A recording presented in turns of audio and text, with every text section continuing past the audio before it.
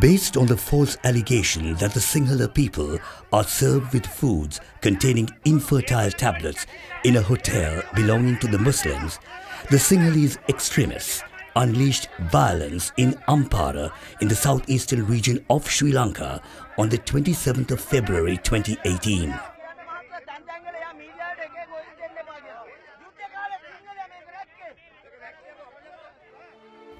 They set fire to the business establishments and vehicles, including the Jummah Masjid in Ampara.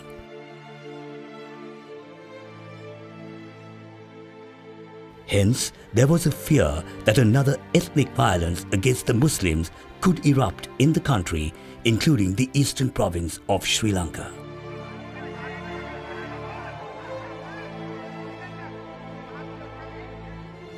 In this tense situation, a Sinhala youth was assaulted by 3 Muslim young men who were under the influence of liquor in the city of Kandy, and the victim died a few days later.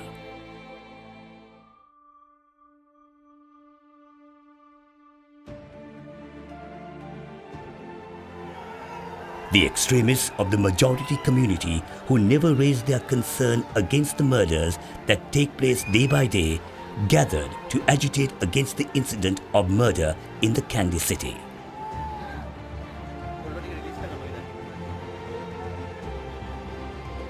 This murder set the scene for the Sinhala extremists who were waiting for a pretext to oppress the Muslims.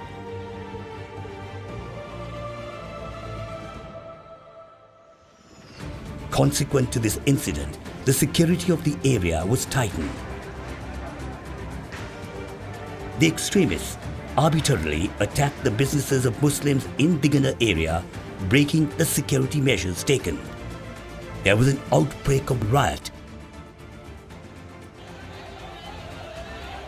A large number of people who participated in the funeral procession of the deceased Sinhala youth entered into the Muslim villages in Kandy district, including Digana and Theldenia, and set fire to the buildings such as houses, masjids, shopping complexes and vehicles and other properties.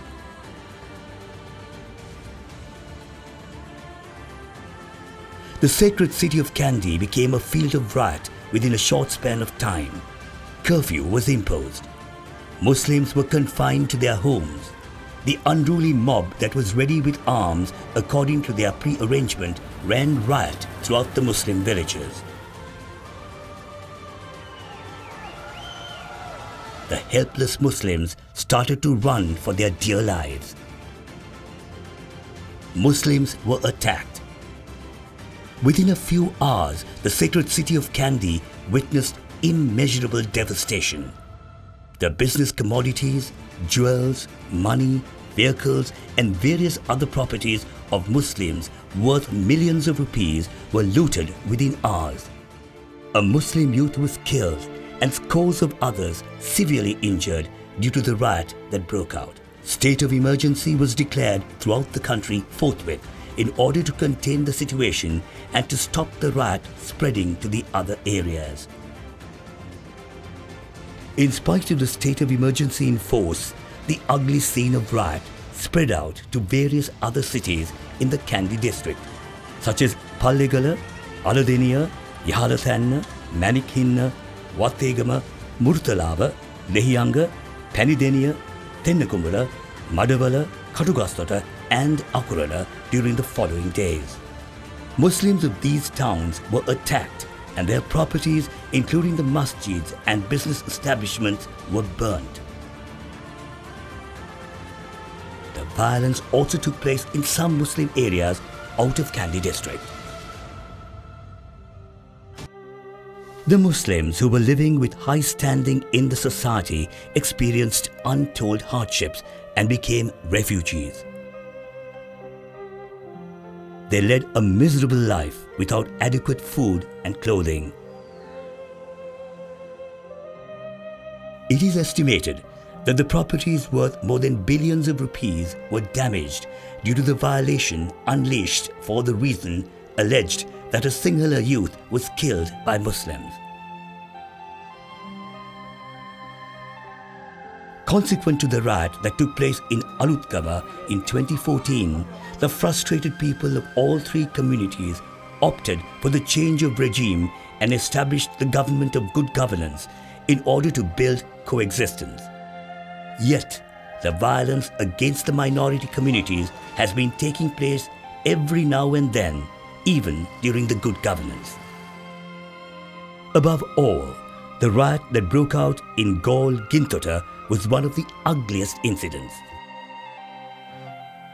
Muslims are in fear that violence has been unleashed against them in the recent past, similar to that of the Black July attack that was carried out against the Tamil people that lived in the southern province in 1983.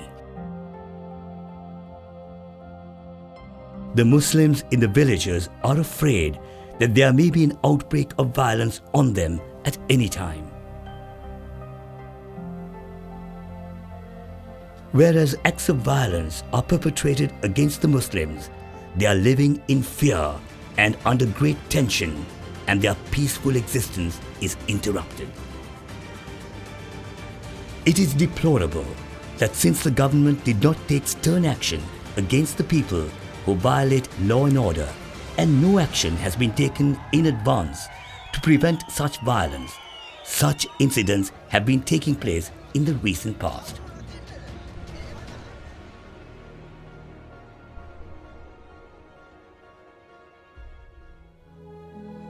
It is very unfortunate that the country, while reviving slowly after the war that prolonged for 3 decades, the riots of this nature may hinder the progress of the country towards development.